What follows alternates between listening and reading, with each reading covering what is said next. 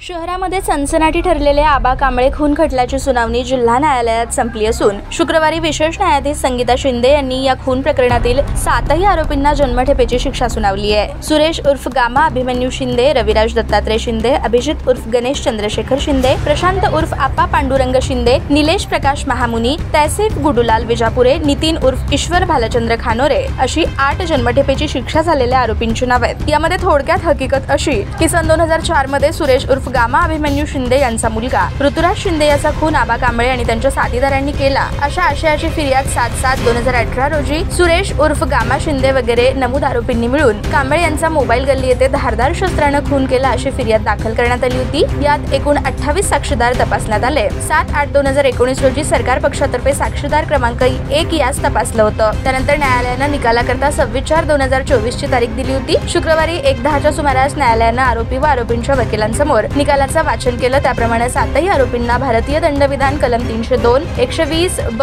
143, 147, 148, 149 व शस्त्र कायदा अशा विविध कलमान्वये 25 वर्षाची शिक्षा द्यावी असं या स्टेजला म्हणता येणार नाही। गुन्ह्यास फक्त फाशी किंवा जन्मठेप अशीच तरतूद आहे, त्यामुळे 25 वर्ष शिक्षेची मागणी करता येणार नाही। आरोपी गेल्या 5.5 वर्षापासून न्यायालयीन कोठडीत आहेत, त्यामुळे आर्थिक परिस्थिती नाजूक आहे। सरकार पक्षाच्या मागणीप्रमाणे 2 लाख देण्याची आरोपींची ऐपत नाही। दोन्ही बाजूंचा युक्तिवाद ऐकून न्यायालयाने मध्यंतरी निकाल दिला जाईल असं सांगितलं आणि न्यायालयानं जन्मठेपेची शिक्षा प्रत्येकी 10,000 रुपये दंड, न भरल्यास 3 महिन्यांचा कारावास, शस्त्र कायद्याअंतर्गत 1 वर्षाची शिक्षा, प्रत्येकी 5,000 दंड, न भरल्यास 1 महिन्याचा कारावास, 1 वर्ष शिक्षा व 2,000 रुपये दंड, न भरल्यास 1 महिन्याची शिक्षा सुनावली आहे। यात आरोपीतर्फे advocate Shrikant Jadhav, advocate Shashi Kulkarni, advocate Prakash Navgire, advocate Shiv Zurale, advocate Akash Dethe तर सरकारतर्फे ॲडव्होकेट प्रदीप सिंग राजपूत यांनी काम पाहिलं।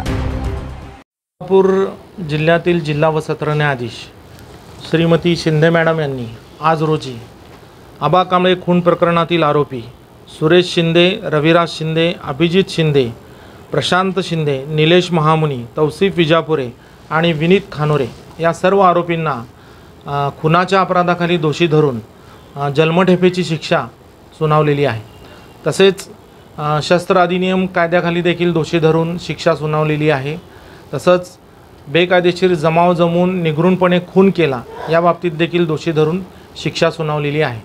याबाबत थोडक्यात हकीकत अशी की दिनांक 7/7/2018 रोजी मयत आबा कांबळे हा मोबाईल गल्लीच्या समोर त्या ठिकाणी दर्ग्याजवळ उभारलेला असताना सरस्वती बुक डेपोजवळून 2 आरोपी, राज फर्निचरकडून 3 आरोपी आणि या 5 जणांनी येऊन त्या ठिकाणी आबा कांबळेच्या मानेवर सर्वप्रथम वार केला।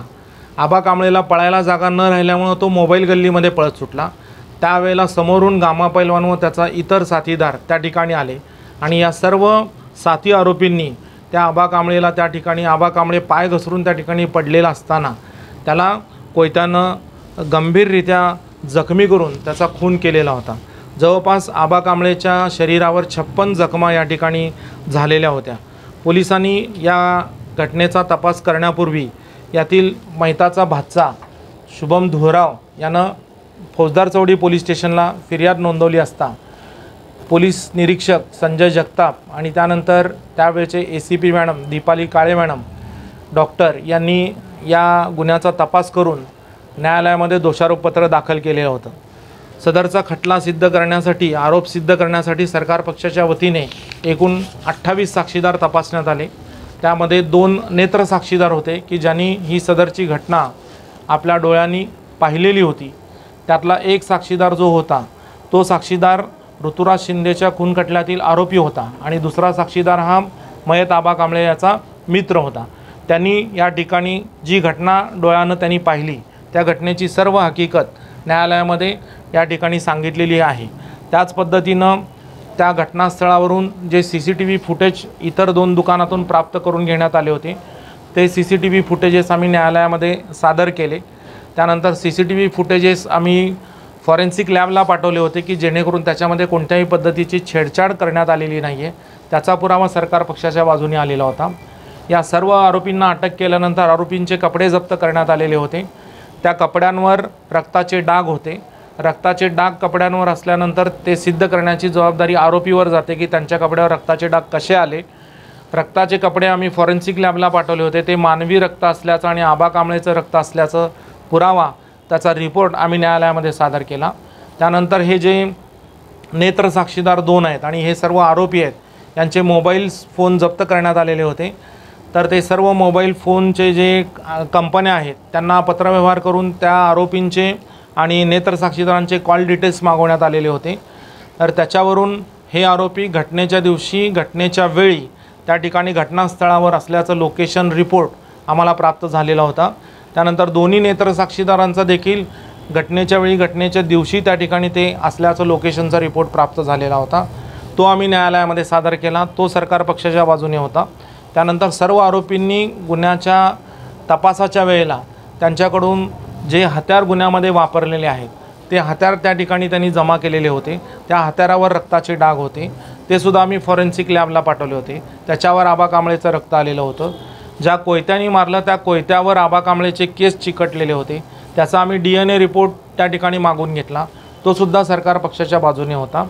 अशा पद्धतीनं एवढा सगळा पुरावा आम्ही न्यायालयामध्ये सादर केला आणि हा भक्कम पुरावा आरोपींच्या विरोधात असल्यामुळं आणि याच्यात आणखी एक महत्त्वाचा भाग की हे जे 2 नेत्र साक्षीदार आहेत त्यांच्याकरवी सर्व आरोपींची जेलमध्ये ओळख परेड घेण्यात आलेली होती माननीय तहसीलदार साहेबांसमोर. त्या ओळख परेडमध्ये नेत्र साक्षीदार क्रमांक 1 यांनी 7 पैकी 6 लोकांना ओळखलेलं होतं. नेत्र साक्षीदार क्रमांक 2 यांनी 7 पैकी 5 साक्षीदारांना ओळखलेलं होतं.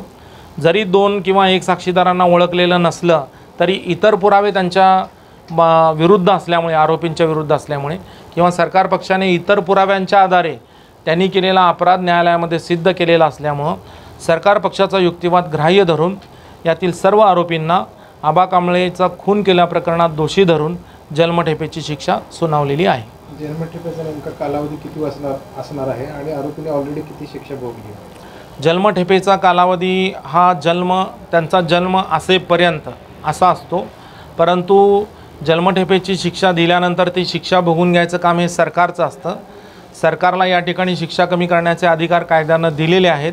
परंतु कमीत कमी आरोपींनी 14 वर्ष शिक्षा भोगली पाहिजे. त्यानंतर सरकार त्यांनी जर विनंती अर्ज केला आरोपींनी तर त्याच्यावर विचार करून सरकार ती शिक्षा कमी करू शकतं. जेव्हा न्यायालयामध्ये प्रत्यक्ष निकाल सुनावण्यात आला त्यावेळेला आरोपींचे हावभाव काय होते? आरोपींचे हावभाव म्हणजे त्यांचे चेहरे पडलेले होते आणि त्यांना पश्चाताप होत होता या घटनेचा, असं त्यांच्या चेहऱ्यावरून दिसून येत होतं.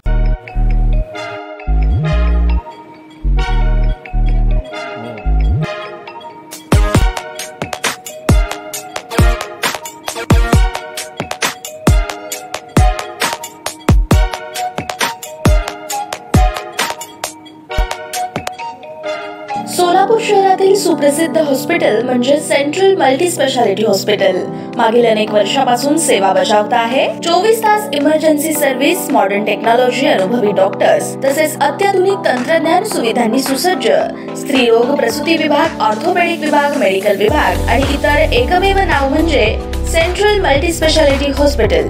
पत्ता गणेशपेठ शॉपिंग सेंटर, मंगळवार बाजार, सोलापूर. ताज्या बातम्या पाहण्यासाठी प्राईम महाराष्ट्र न्यूज चॅनलला सबस्क्राईब करा.